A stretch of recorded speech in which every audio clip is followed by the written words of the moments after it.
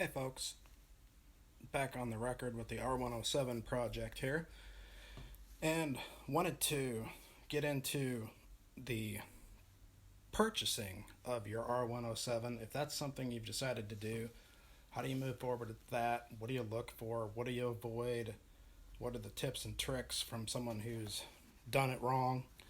Uh, this is part two in our series, and I'm not talking so much about our experience buying our R107, but just in general, how do you buy one of these cars the right way, and how to avoid the mistakes that a lot of the rest of us have made. First of all, basically when buying any car, but especially an older Mercedes-Benz, you want to buy the best car you can afford. If you have a $15,000 budget and you're buying a car with a bunch of problems, but it's $6,000, you've probably put good money after bad. And I'm not to say that it's not to say that $6,000 car is no good or that it needs to be taken out and burned, but you've probably signed up for more work on the backside than if you just spent 10 or 12,000 of your budget or even 15,000 to get a super nice, super well maintained car, and you'll be able to enjoy the car and not worry about working on it or having someone else work on it. And these are classic cars; they're going to have to be worked on, but you want to try to buy someone's nice car and not buy something that's been neglected or abused. Uh, Along those lines, there's two things that happens to these old Mercedes, and especially the R107. Number one, they're cared for but neglected, and that may sound strange, but a lot of people just don't drive these cars. They put them in their garage. They may put a couple hundred miles on them every year, and they mostly just sit there. That's not good on any car. It's really not good on an old Mercedes Benz. These things need to be driven. I understand that you don't want to drive them in snow and salt and ruin the car. That's fine. You put it away during the winter months. But when you do have the opportunity to drive it, drive these things. They need to be driven. When you let them sit, stuff starts to happen, especially with the fuel systems. So don't do that. You see a lot of these cars, people, for whatever reason, they stick them off in the corner of their garage, or they stick them in a storage unit, and that's where they sit. Maybe something broke and they didn't know how to fix it, or whatever. Grandpa's car and we couldn't bear to part with it. That's what happened to our car. You could tell that thing had been in storage for probably 2 decades. And we had a lot of problems with the fuel system because of that. The thing had, it looked like somebody had put brand new tires on it and then put it in storage. The tires had full tread on them, and they were so weather checked, there's no way I would run on those things. I drove it home, parked it, bought new tires. The other thing that happens is people abuse these cars. Not so much with the R107, but it can happen. After a while, people think of these cars as just another old car. Somebody gives it to their son, and their son sells it to somebody, and pretty soon you've got an absolute piece of garbage on your hands because people abuse them. They don't fix them. They don't use the proper parts. They rig stuff up and bypass things. They get messed with people who absolutely don't know what they're doing, and that can be just absolutely detrimental. And I'd say my last Mercedes-Benz had a W126. It was that. It was a very expensive car when it was built, but 30 years later, it's just another old car. And somebody gave this to me or sold it to me for cheap. I needed a car. I drove it, something broke. I don't know anything about cars, and no one would work on it for cheap, so I just drove it broken. Then people just don't care about it. Don't buy that car. Just simply don't buy that car. You're buying an SL, it's probably not going to be your daily driver. And even if it is, you don't want to drive somebody else's garbage.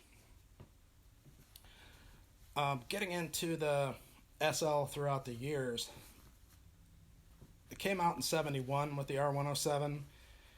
Uh, the early cars are going to have the least amount of what I would call luxury trim, and the later cars are going to have the most. If you're looking at early cars, like in the early to mid 70s, your trunk, your luggage compartment, it's probably not even going to have any carpet in it. You're going to have a rubber mat covering the spare tire. Early cars have the battery up front, and you may have a steel plate in front of the gas tank. Very utilitarian. Nothing wrong with that, but if you're expecting high luxury, you're going to need to buy a later car. Most of your 450s and the early 350s and all that, they're going to have MB-Tex seats, which is a Mercedes fancy vinyl. It wears like iron. It's great stuff, but it's not leather. It doesn't feel like leather. It doesn't smell like leather. It's vinyl. If you don't like that, you're going to want to buy a different car. Generally speaking, by the time you get to the mid 80s with the 380s, you're going to have a fully carpeted trunk. You're going to have nice carpet inside, leather seats, wood. Early cars don't have wood in the dash. So, be aware that if you're looking for those kind of luxury items, you probably want to stay with the 380s and the 560s. Power-wise, none of these cars are what I would call rocket ships. They're not the kind of car that's meant to haul ass off the line. These are cars that are meant to travel at high speed on autobahns and interstates for many, many miles. These are great high-speed cars. They're grand touring cars. They're not muscle cars. Even the 560s, and 560's got a pretty respectable 0 to 60 time, but still, compared to what you can buy now, they're nothing. But that's not the point of these cars. They were never meant to be hardcore sports cars. These were meant to be luxury sport touring cars for ladies and gentlemen of fabulous wealth who could afford to buy these things back when they were new. And now people like you and I can buy them and enjoy them. But don't expect any of them to be a rocket ship. 450s, I would consider our car to have good acceleration. It's decent. It has some torque. It's not a tear the tires off the rims kind of torque, but it gets up and moves. High speed, it's awesome. That's what the car was really designed to do. You have plenty of power. The thing will go triple digit speeds, no problem, and maintain it and not feel like it's about to fall apart. When you got into the 380s, the 380 was an attempt to get some gas mileage out of these things. None of these cars get awesome gas mileage, by the way, but the 380 was an attempt to maybe get a little bit better mileage. 380s, all of these engines are essentially the same engine, the M117. The 380 is an aluminum version of that, so it's a little lighter weight. The aluminum hoods came in with the 380s. They're not going to be as powerful as a 450, certainly not as powerful as a 560, but again, it's not really the point. They certainly are known to have the power up top, but not as much acceleration as a lot of people, a lot of prospective owners think these cars are super fast. And by super fast in an American sense, we think about peeling rubber from a stoplight, and it's not what these cars are about. 560s. Of course, it's a 5.6 liter. Fuel injection had advanced a little bit by then. Pretty respectable. You're going to get good acceleration. Again, if you're looking at numbers compared to cars from today, it's not going to look good. But enjoy the cars for what they are. Early 380s, Mercedes-Benz decided to go with a single row timing chain. Was not a good idea. So, if you're buying like an 81, 82, 380, you need to make sure that you have a double row timing chain, or if the car is running and driving, you need to pull a valve cover and ensure that you do have that before you just go on and drive, and pretty soon you have a timing chain catastrophe.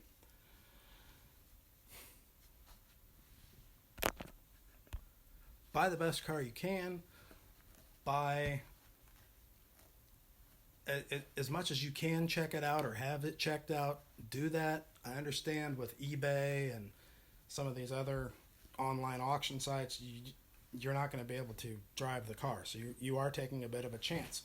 But look at the pictures. Tell yourself, even though the pictures look great, I know the actual car will probably look a little bit worse. So be prepared for that. Shy away from auctions and cars that have, very few pictures and things like that. It's not that they're trying to hide something, but you just can't get a good window into that car. If a car is really complete, if it has its original spare tire with the wheel and the tire and the hang tag and the original toolkit and everything, that's all well and fine. That may go to show you that the car was maybe cared for a little bit better than others. Our car doesn't have its toolkit. Its original spare tire was long since rotted away, and it had some tire on there. It was a very old tire, but it had been on the road. There was no warning labels and hang tags and stuff like that. That didn't necessarily bother us. We were looking for a driver. These cars aren't rare, and they're not worth all that much money. So whatever floats your boat. If originality and completeness is your thing, by all means, buy the car that is original and complete. That really wasn't something we were going after. We just wanted a nice car to drive. And as far as values go, you can buy an R107 in need of a lot of work. You could probably find one for $1,000 somewhere. Keep in mind, you can spend a lot of money on these cars. If you're planning on working on the car yourself and you feel confident in your abilities, you can save yourself a ton of money. In terms of parts, there are a lot of places to go. You can find the same part at drastically different prices at different places. Sometimes even your Mercedes dealer will have the best price, and they may even have it next day. But you can put a lot of money in these cars. If you're not mechanically inclined and you're going to have somebody work on this, keep in mind your local mechanic down the street may not even want to touch this car. You may end up at a specialty shop that specializes in old European cars, and their labor rate's going to be pretty high. Don't be surprised if they charge $150, $170 an hour. And don't be surprised if the parts they sell you are pretty expensive. That's the way it is. That's why a person like myself attempts to work on these cars. And honestly, I've really been the only person to work on this car. And that's simply because of finances. If I don't fix it, it doesn't get fixed. So keep in mind, when I say buy the best car you can, you may spend more money up front, but you may save yourself money in the long run. And that's true with any car, but especially one of these old Mercedes cars. These things are built like airplanes. They're made to be fixed immediately when they're broken. They're made to be maintained. And if you skimp on that, you might end up with a big bill or a pile of junk. So that's basically what I have as far as advice on buying a car. If you've bought cars before, you kind of know the ins and outs and what to look for. But certainly look for rust on the rocker panels, down on those little jack points. Pull the carpets up, look under there for rust. These cars are prone to rust. Other than that, look for if they have service records, that's great. If the car is complete, it has all its tools and things, that can show that the car has been cared for. Again, I would rather buy a neglected car that's been put away, like ours, than a car that's been run into the ground and driven throughout salt and snow and driven by people who didn't care for it. But either one of those things can be a pretty pricey proposition. So again, buy the best car you can and have fun. I'll see you at the next one.